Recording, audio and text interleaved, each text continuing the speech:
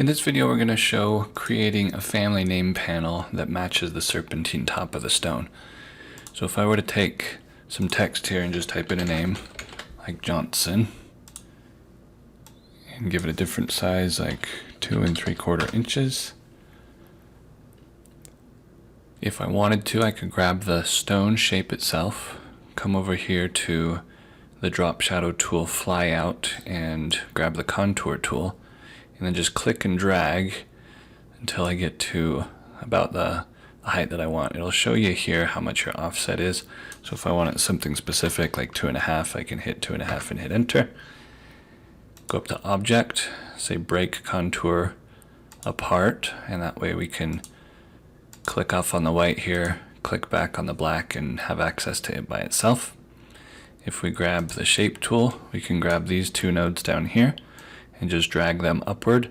If I hold Control while I do that, it makes sure that it stays in line. And then if I hit V to go to the wireframe, we'll see the Johnson again. So I'll grab that, I'll hit Shift Page Up, click on my panel, change it to Frosted. The Johnson, I'll just Shift click the panel, hit C to center it. So you can see I've got way more space than I'd want. So I might want to just put this up kind of where I would want it. Grab this panel again, grab the nodes, move them up. Now, the left and right is probably larger than I'd want it to be, longer anyway. And so what I can do is I can take a box and just draw until I basically get to where I want to cut it off. And I'll just hit M to mirror it to the other side so that it's even on both sides. Then I can take those boxes, holding Shift, selecting both of them, and then select the panel at the very end and hit Trim. And what that will do is it will trim that down to the size that I want it to be. So I'll delete my boxes, I don't need those anymore. The Johnson I can arrange inside there better. From here, if I just hit the frosted outline button, it's going to quickly give me a single line outline there. If I want to do more than a single line, I can grab it, come over to Panels and Spacing, choose double line for instance, and hit Apply, and then it would apply that. You can see here how it created a rectangle, not what we want, right? So if we hit Undo, Control Z, uncheck the Recreate Panel button, and then hit Apply, it will keep that shape that we had before.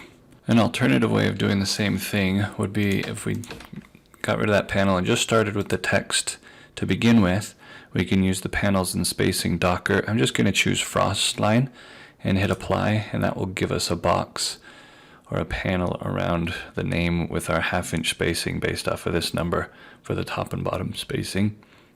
And then the left and right spacing is based off of the height of the letter, which in this case is 2 3/4, so it's got 2 3/4 inches on either side there. So if we start with that, we can grab the shape of the stone using the Shape tool. We would grab the 3 nodes that create that top of the shape and then just hit Control C and Control V. That's a copy and a paste.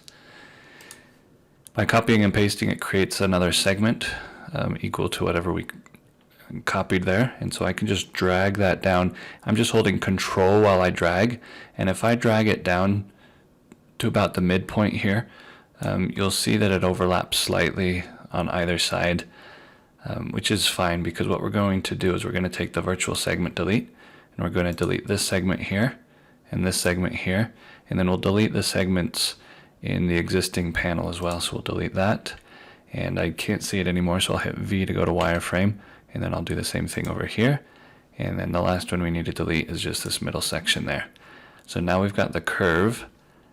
It is not attached to this piece of the panel, however, so what we would do is we'd take the virtual segment delete, hold Shift, which changes to a join icon, and then just drag a box around, and that would then join right here these nodes and those nodes so that they become connected together.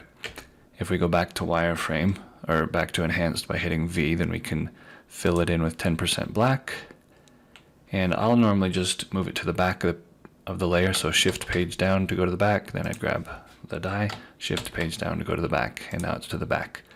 So now that we've got it created, we can choose whether we want it to be a single line, double line, whatever the case may be. Again, just make sure you uncheck Recreate Panel, hit Apply, and then it would build it that way for you. By doing it this method, you're able to make sure that this Johnson is where you want it to be in regards to the size of the panel that you wanted to create.